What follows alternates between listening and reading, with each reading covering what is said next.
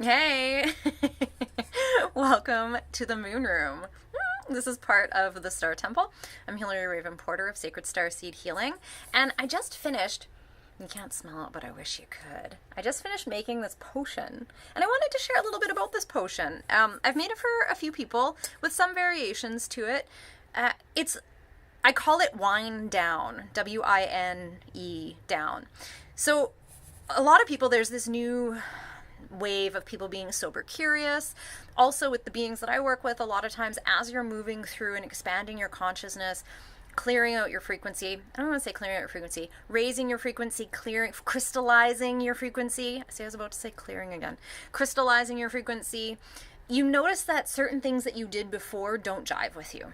You're just like, I don't want to drink. When I drink, I actually feel the impacts more because there is such a discrepancy between the frequency of alcohol and the frequency that you're obtaining, that you're shifting into, that it feels more discordant, So I had a bit of sake, literally those little tiny like Japanese sake glasses. I had one of those at a dinner in the summer.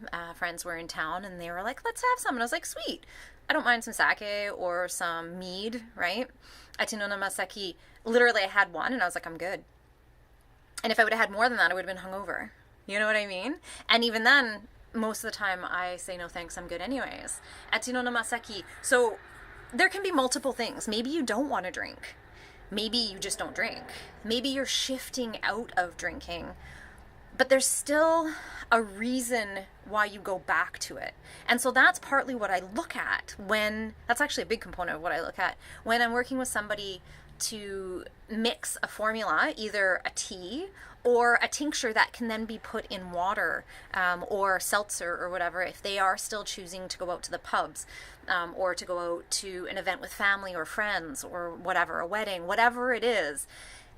But what still draws you to the alcohol? What still draws them to the alcohol? And it can be multiple things. It can be the ritual. Maybe it's a glass of wine at the end of the night because it helps you unwind. And there's the ritual to uncorking the bottle, to pouring the glass, to sitting with it, that sensation of that glass in your hand. There's all these mechanisms that are triggered within your body that feel good. But then the side effect of the alcohol doesn't make you feel good. And like I said, as you're shifting your frequency more to a more crystalline state, it takes less and less and less alcohol to have that negligible effect, that negative, that sensation where you're like, I don't like this. I actually feel kind of gross afterwards. But in that moment, so it's that ritual, or maybe it's that social aspect, right? Like I'm going out with people. They're drinking. Eventually, you can get to that point where you're like, they can drink, I don't need to.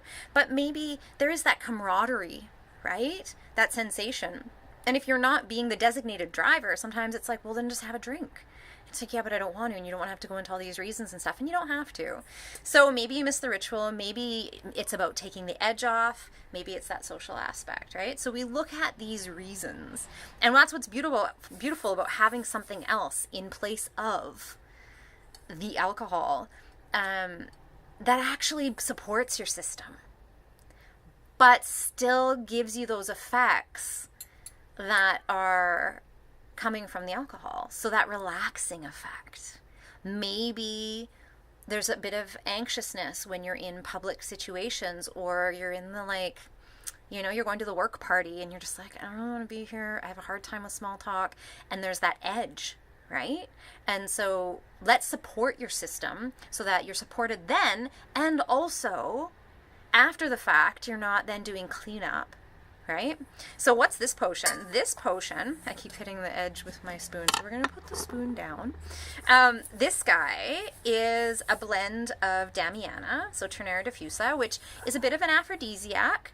And we know when we feel a little amorous, we get that sensation, and we get a little floaty. The anxiety levels go down, so we're going more into parasympathetic levels, right? So that's what's really lovely about that guy. Who else do I have in here? Antidepressant. So Ternera also lifts the spirits a little bit. We have some lavender in here, so nervous system again. This guy helps connect the body, mind, and spirit.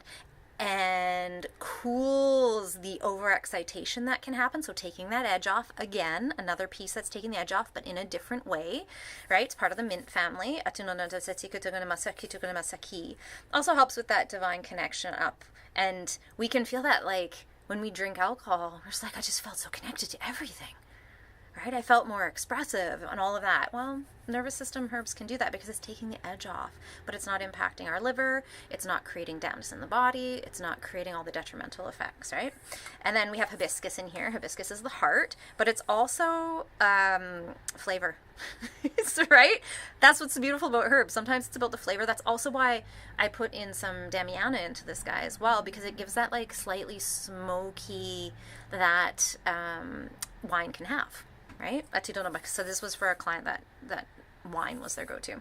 And then we have passion flower. So passion flower is specific for the monkey mind. That like the worry, the run around, the same thoughts. You're like, here's your bananas, go sit in the corner, right? Like we don't need that monkey mind. Also takes the edge off. So also for the nervous system, right? Calms that all down. A little bit of a hypnotic. So it adds a little bit of the, oh, I feel expanded, I feel more connected, I feel less inhibited, but not the way alcohol makes you feel inhibited, but it takes that consciousness of every movement that I'm making, am I doing the right thing, right? Like that can happen, especially when we're in social situations. And then rose for the heart. Right? How beautiful. Smells delicious, kind of earthy, kind of smoky, a little bit sweet, a little bit floral, a little smell-o-vision, right? And what I also really love about doing teas or tinctures is a lot of these things are also great if you have family. So the human that this is for has children, and it was like, well, I don't really want to have the glass of wine when the kids are around, that kind of thing. And it's like, have some of this. This can also be taken during the day. Right? This one is great during the day. If the edge is a little bit there, you can bring that down. Where, I mean, it might not be as acceptable if you're at work and you're like, I'm just going to pull up my wine. Maybe not so acceptable. So, yeah. So something to consider with herbs. They're not just for these big situations, or you might not even know what herbs can do. They can do everything from the physical to the spiritual, but everything from digestive upset to sleep to, you know what, I have a ritual around this thing like alcohol, and I'd really like to change that ritual. How can I support my body? From the ritual all the way down to the sensations in my body. This is one of those ways. So if you're curious or you'd like something like this for yourself, please feel free, reach out. I am here. This is part of what I do as a Western medical herbalist that works also within the spiritual realms of plant spirit medicine. It's a thing. So much love to you, and we'll talk to you soon.